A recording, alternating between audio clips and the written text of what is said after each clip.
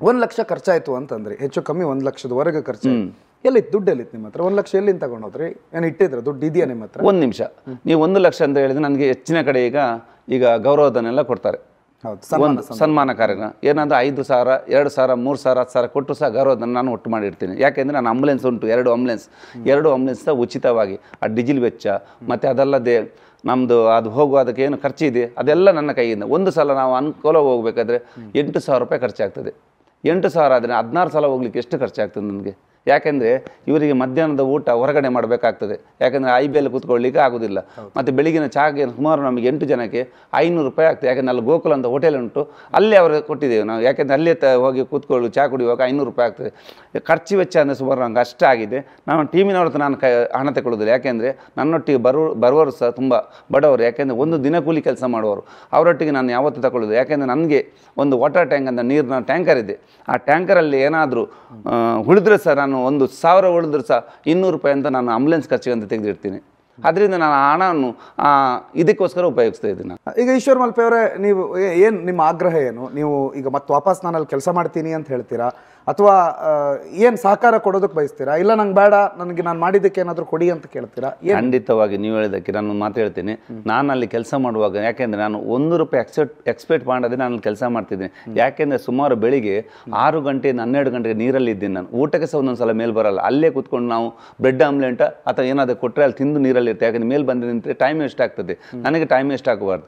ಆ ದಿವಸ ನಾನು ನೀರಿಗೆ ಹೋದಾಗ 2ನೇ ದಿನ ನನಗೊಂದು ಸ್ಕೂಟರು ಒಂದು 20 ಮರದ ದಿಮ್ಮಿ ಸಿಕ್ಕಿದೆ. ಅದು ಆಕೇಶಿಯದಂದರೆ ಅಲ್ಲಿರೋ ದಿಮ್ಮುಗಳಿಗೆ ನಾನು 5 ಮರಗಳ ಮೇಲೆ ಕಟ್ಟಿದ್ದೀನಿ. ಮತ್ತು ಇನ್ನೂ ಸಾಲು ದಿಮ್ಮಿ ಇದೆ. ಮತ್ತು ಒಂದು ಟಯರ್ ಸಹ ನೋಡಿದೆ.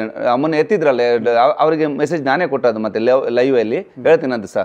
ನಾನು ಈಗ ಮೇಲೆ ಬಂದೆಲ್ಲ, ಇವ್ರು ಕರೆದು ಮೇಲೆ ಬಂದು ನಾನು ನಮ್ಮ ಟೀಮ್ನವ್ರು ಕರ್ಕೊಂಡು ನಾನು ಹಗ್ಗ ಕಟ್ಟಿಸಿದ್ದೆ. ಮೇಲೆ ಬಂದಾಗ ನಾನು ಹೊರಡ್ಲಿಕ್ಕೆ ರೆಡಿ ಆದೆ. ಯಾಕೆ ಹೊರಡ್ಕೊಂಡ್ರೆ ನಾನು ನನಗೆ ಇಲ್ಲಿ ಬೇಜಾರಾಗಿದೆ. ಯಾಕೆಂದರೆ ನಾನು ಅಡಿಯಲ್ಲಿ ಒಂದು ಸಂಭಾವನೆ ಪಡದೆ ಫ್ರೀಯಾಗಿ ಮಾಡುವಾಗ ಇವರು ನನಗೆ ಬೈಬಾರ್ದು. ನೀನು ಪಾರದರ್ಶಕವಾಗಿ ನಿನ್ನ ಯೂಟ್ಯೂಬ್ ಚಾನಲ್ ಆಗಲಿ ಲೈವ್ ಆಗಿ ಜನಗಳಿಗೆ ಹೇಳ್ಬಾರ್ದು ಅಂತ ಹೇಳಿದ್ರು. ನಾನು ಹೇಳಿದೆ ಪಾರದರ್ಶಕವಾಗಿ ಹೇಳಬೇಕು. ಅಲ್ಲಿ ಇನ್ನೂ ಸಹ ಎಷ್ಟು ಗಾಡಿ ಇದೆ ಅಂದರೆ ಸುಮಾರು ಇದೆ ಅಂತ ನನಗೆ ಗೊತ್ತು. ಯಾಕೆಂದರೆ ಹುಡುಕ್ಲಿಕ್ಕೆ ಹೋದರೆ ಗಾಡಿ ಸಿಗ್ತಾ ಉಂಟು ನನಗೆ ಅಲ್ಲಿ ಅಡಿಭಾಗದಲ್ಲಿ. ಆವಾಗ ಜನಗಳಿಗೆ ಸಹ ಅಲ್ಲಿ ಇನ್ನೂ ಸಹ ಎಷ್ಟು ಜನ ವ್ರತಪಟ್ಟಿದ್ದಾರೆ, ಇನ್ನೂ ಸಹ ಎಷ್ಟು ಗಾಡಿ ಇದೆ ಜನಗಳಿಗೆ ಗೊತ್ತಾಗಬೇಕಲ್ಲ. ಆ ಮನೆಗೊಂದು ಸದ್ಗತಿ ಆಗಬೇಕಲ್ಲ. ಯಾಕೆಂದರೆ 3 ಜನ ದೇಹನೂ ಸಿಕ್ಕಿಲ್ಲ, ಅವರು ಸಹ ಎಷ್ಟು ಇದ್ರಂಗಿದ್ದಾರೆ. ಅದಕ್ಕೋಸ್ಕರ ನಾನು ಹುಡುಕ್ಲಿಕ್ಕೆ ಹೋಗಿ ನಾನು ಬೇಜಾರಲ್ಲಿ ಸಿದ್ಧ ಮೇಲೆ ಬಂದೆ. ಈಗ ನೀವು ವಾಪಸ್ ಹೋಗಿ 3 ಮೃತದೇಹಗಳನ್ನು ಹೊರಗಡೆ ತೆಗಿತೀರಿ ಅಂತ ಹೇಳ್ತೀರಾ? ಯಾಕೆಂದರೆ ನಾನು ಬಂದ ದಿವಸನೇ ದೇವರು ಪ್ರಕೃತಿ ನಿಯಮ ಅಂತ ಗೊತ್ತಿಲ್ಲ. ನಾನು ಅಲ್ಲಿಂದ ಬೇಜಾರಾಗಿ ಬಂದ ದಿವಸನೇ ಅಲ್ಲಿ ನೀರು ಕೆಂಪಾಗಿ ಹೋಯಿತು. ಇನ್ನೂ ಸಹ ಹುಡುಕಾಡಲಿಕ್ಕೆ ಎಲ್ಲ ನಿಲ್ಲಿಸಿದ್ದಾರೆ ಅವರು ಕೆಲಸ. ಯಾಕೆಂದರೆ ಆ ನೀರು ಕೆಂಪಾಗಿ ಇನ್ನೂ ಸಹ ನನ್ನ ನೀರು ತಿಳಿಯಾಗೋ ತನಕ ಅಲ್ಲಿ ಹುಡುಕ್ಲಿಕ್ಕೆ ಆಗೋದಿಲ್ಲ, ಏನು ಮಾಡೋಕ್ಕಾಗೋದಿಲ್ಲ ಖಂಡಿತವಾಗಿ. ಯಾಕೆಂದರೆ ಪ್ರಕೃತಿ ದೇವರು ಕೊಟ್ಟದ್ದು, ಭೂಮಿ ಕೊಟ್ಟದ್ದು ತಾಯಿ. ಆ ತಾಯಿಗೆ ವಿರುದ್ಧವಾಗಿ ಜನಗಳು ಇಂಥ ಶಾಸಕರು ಮಾಡಿದ್ದಾರೆ. ಶಾಸಕರದ್ರಲ್ಲಿ ನನಗೆ ಇವರು MLA ಸರ್, ಇವರು ಸತೀಶ್ ಸೈಲ್ ಅವ್ರು ಮಾತ್ರ ತುಂಬ ಸಪೋರ್ಟ್ ಮಾಡಿದ್ದಾರೆ. ಆದರೆ ನನಗೆ ಬೇಜಾರು ಮಾಡಿದಲ್ಲಿ SP ಸಾರು, DC ಮೇಡಮ್ ಮಾತ್ರ. ಅದರಿಂದ ನನಗೆ ಬೇಜಾರು. ಯಾಕೆಂದರೆ ನನ್ನ ಫೋನ್ಗೆ ಒಂದು ರೆಸ್ಪಾನ್ಸು DC ಮೇಡಮ್ ಕೊಡಲಿಲ್ಲ. ಅದಲ್ಲದೆ SP ಸಾರ್ ಬಂದು ನನಗೆ ಆ ಥರ ಬೈದಕ್ಕೆ ತುಂಬ ಬೇಜಾರಿದೆ. ಯಾಕೆಂದರೆ ನಾನು ಎಲ್ಲ ಕಡೆ ಹೋದರೂ ಸಹ ನಾನೊಂದು ಒಳ್ಳೆ ರೀತಿಯ ಕೆಲಸ ಮಾಡ್ಕೊಂಡು ಬರುವಾಗ ಯಾರೂ ಒಂದು ಬೈಲಿಲ್ಲ. ಇವರು ಈ ರೀತಿ ಬೈದಕ್ಕೆ ನನಗೆ. ಆದರೂ ಸಹ ಮತ್ತೆ ಮನೆಗೆ ಬಂದು ಲೈವ್ ಆಗಿ ನಾನು ಬಿಟ್ಟೆ.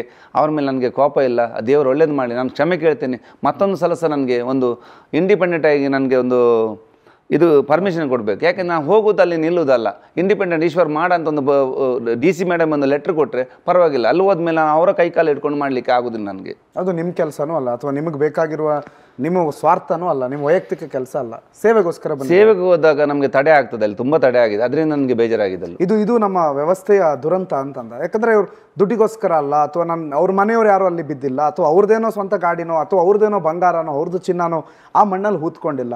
ಪಾಪ ಆ ಕುಟುಂಬದವರು ಅಟ್ಲೀಸ್ಟ್ ಆ ಕೊನೆಗೆ ಅವರ ಮುಖ ನೋಡೋದಕ್ಕಾದ್ರೂ ಅವಕಾಶ ಸಿಗಬೇಕು ಅನ್ನುವಂಥ ಒಂದು ಬಯಕೆಯಿಂದ ಅವರು ಆ ನೀರಿಗೆ ಧುಮುಕಿದ್ದು. ಅವರ ಜೀವವನ್ನು ಪಣಕ್ಕಿಟ್ಟು, ಅವರನ್ನು ನಂಬ್ಕೊಂಡಿರುವವರೆಲ್ಲರ ಜೀವಗಳನ್ನು ಪಣಕ್ಕಿಟ್ಟು ಅವ್ರು ಇಳಿದಿರೋದು. ಆದರೆ ಏನಿದು DC ಒಬ್ರು ಹೀಗೆ ಮಾತಾಡ್ತಾರೆ, SP ಒಬ್ರು ಹೀಗೆ ಮಾತಾಡ್ತಾರೆ ಅಂತಂದರೆ ಇನ್ನು ಯಾರು ಸೇವೆ ಮಾಡೋದಕ್ಕೆ ಅಂತ ಮುಂದೆ ಬರ್ತಾರೆ? ಎಲ್ಲವನ್ನು ದುಡ್ಡಿನಿಂದಲೇ ಮಾಡ್ತೀವಿ ಅನ್ನುವಂಥ ಅಹಂಕಾರ ಮದ ಇದೆ ಅಂತಂದರೆ ನೋಡಿ ಅದೇನಾಗುತ್ತೆ ಅಂತ. ಆದರೆ ಸೇವೆ ಮಾಡುವ ವ್ಯಕ್ತಿಗೆ ಕನಿಷ್ಠ ನಿಮಗೆ ಅವರಿಗೆ ಹೆಲ್ಪ್ ಮಾಡೋದಕ್ಕಾಗಲಿಲ್ಲ ಅಂತಂದ್ರೂ ಅವರ ಆ ಕೆಲಸವನ್ನು ಅಡ್ಡ ಮಾಡೋದಕ್ಕಂತೂ ಹೋಗಬೇಡಿ, ತಡೆಯೋದಕ್ಕಂತೂ ಹೋಗಬೇಡಿ ಅನ್ನೋದು